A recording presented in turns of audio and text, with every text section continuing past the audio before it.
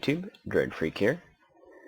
In this video I'll be showcasing my long-awaited Industrial Smelter 2.0. In case you don't know, my original industrial smelter was a design for a automatic furnace system that automatically distributed items to be smelted between 8 furnaces, but it did not distribute fuel, and it only had 8 furnaces to distribute to. This one also distributes fuel and distributes to 16 furnaces,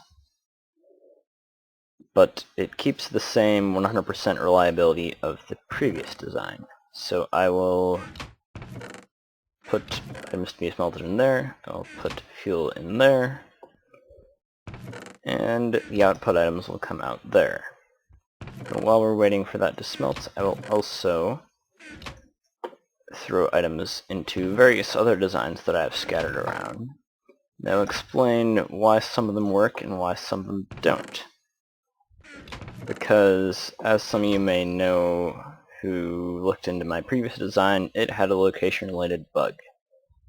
And unfortunately this design does too, but I have discovered how to avoid the location-related bug. So I will explain that to you as soon as this stuff finishes smelting. So it appears that I'm doing this too quickly. Well, let me start explaining it first. This design, I'll tell you right now, this particular model of the design I should say, all of these are clones of the exact same design, but they're in different locations. So this particular model is built so that none of the hoppers cross a chunk border. Right here you can see inside the ice chunk boundaries, and I have marked out the chunk corners with raised ice blocks. So you can see that this particular design does not cross any chunk boundaries with hoppers, which I believe is the key to preventing the location-related bug. Because each of these 3 designs is copied 16 blocks over, so they're all in the exact same location inside a chunk. None of those cross chunk boundaries, and all of them work. If I go down the line, each one of these is 100% efficient. It converts 16 fuel and 2 stacks of smeltable items into 2 stacks of smelted items. But this one, which is copied 24 blocks over and is over a chunk boundary, does not work. See right there, it only outputted a stack in 48 instead of 2 stacks. This one only outputted a stack in 56. This one is built over a chunk corner, so 4 chunks intersect with that rather than just 1. So basically I've figured out the glitch. For the most part, if you build this inside a single chunk, it will work. Though there is one strange exception I found. I built it on multiplayer, and for some reason I needed to add a delay right there. Other than that, it works fine. So I'm not sure why I had to add that delay in multiplayer but not in single player. Might have to do with the direction, because I haven't tried varying the direction. But in any case, if it doesn't work, you might try just adding a delay there.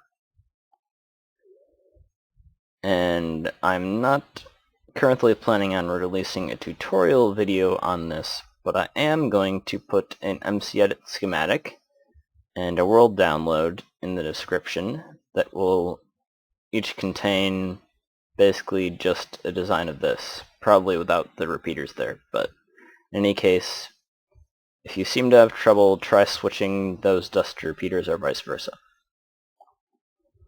Otherwise, I believe that this design should be bug-free wherever you build it.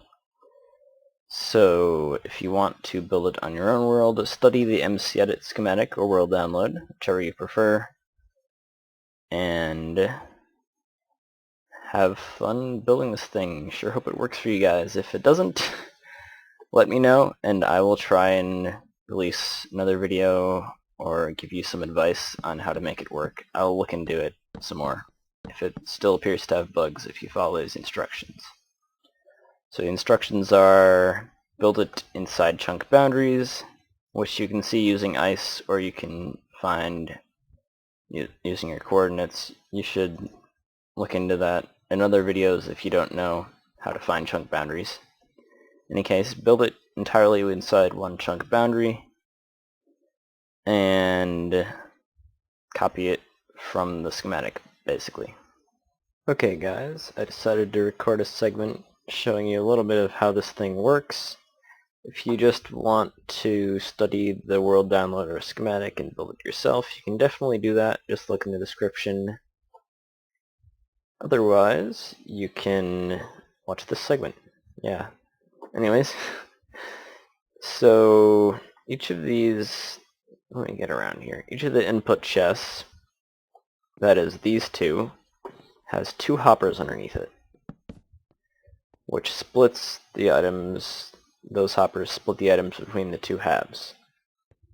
So this hopper feeds into the item half of that row of furnaces. This hopper goes into the item half of this row of hoppers.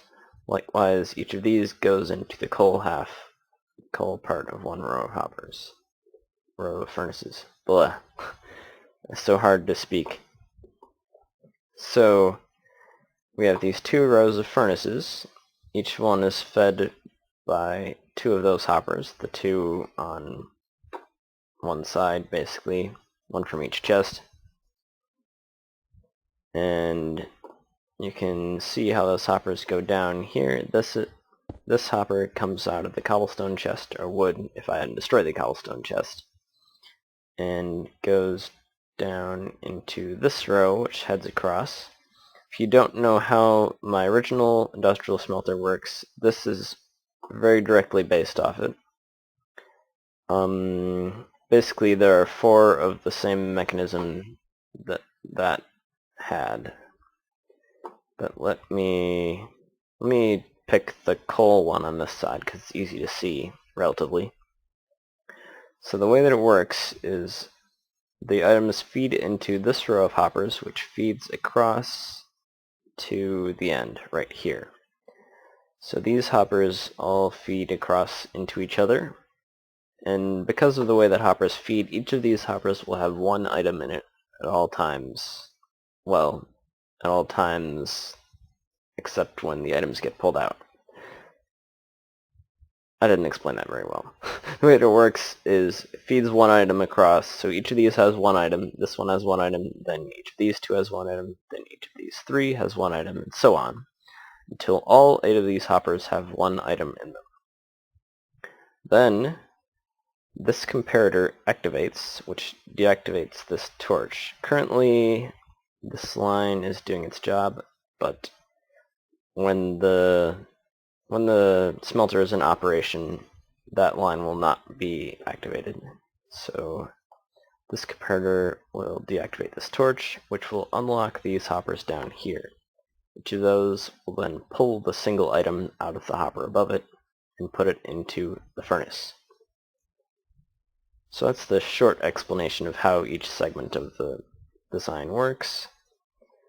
If you want to see a slightly longer explanation, go check out my original design that will sort of explain to you what these lines at the top do. There's one on the other side, but if you want to figure out what those do, check out the original smelter video. I'll put an annotation linking to that right about here. Anyways, what happens after the items smelt, they get put into these hoppers down here, sent along to an item elevator, which sends them right up into the output chest. So effectively you have the 2 input chests, each of them gets split in half, and each half goes to one of these things. Each of those things is effectively a 1.0 smelter with a coal system added onto the side. We're using the coal system distributes in the same way as the 1.0 smelter does, effectively.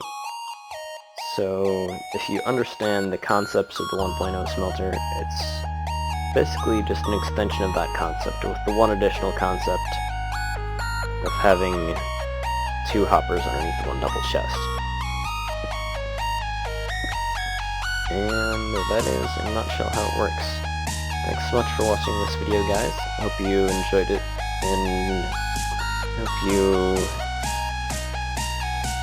learned something about how to make this smelter. I sure hope you guys will consider building this in your world, because as far as I can tell, it is hands down the best smelter out there. And I will see you guys in the next video. Bye.